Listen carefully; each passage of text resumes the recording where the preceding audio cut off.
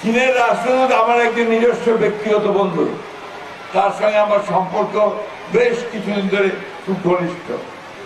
আমি ইতিমধ্যে দুবার চীনে গেছি, তারও আগে আমি চীনে কয়েকবার গেছি, কিন্তু চীন প্রতিদিনই বদলায়, প্রতিদিনই তার উন্নত হয়, উন্নত থেকে উন্নততর হচ্ছে। আজকে সারা পৃথিবীতে চীন একটা শক্তিশালী দেশে পরিণত হয়েছে। চীন সবচেয়ে বেশি এখন তাদের জনগণের কল্যাণ করেছে। এখন বিভিন্ন দেশে তারা আমাদেরকে সমর্থন, সেইভাবে আমাদেরকেও সমর্থন দিচ্ছে। আমাদের উন্নয়নের ক্ষেত্রে তারা আমাদেরকে সমর্থন দিচ্ছে। আমাদের রাস্তাঘাট, ব্রিজ, কারবার, ইউনিভার্সিটি, এগুলো তারা বাংলা থেকে আমাদেরকে সমর্থন দিচ্ছে। সেই জন্যই আজকে আমি ওনাকে এখানে দাওয়াত করে এনেছি যে উনি আমাদের ঠাকুরগাঁ এলাকার জন্য ওনাকে দিয়ে আমরা কিছু কাজ করতে চাই।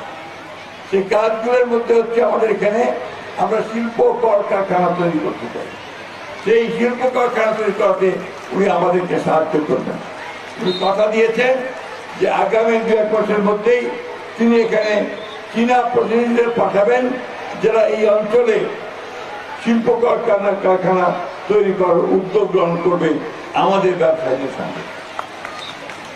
প্রিয় ছেলেমেয়েরা এবং প্রিয় ভাই বোনেরা, যারা গার্জিয়ানস আছেন, যারা এখানে অভিভাবক আছেন, আপনারা সবসময় মনে রাখবেন যে কোনো জাতি কখনো এমনি এমনি উন্নত হতে পারে না।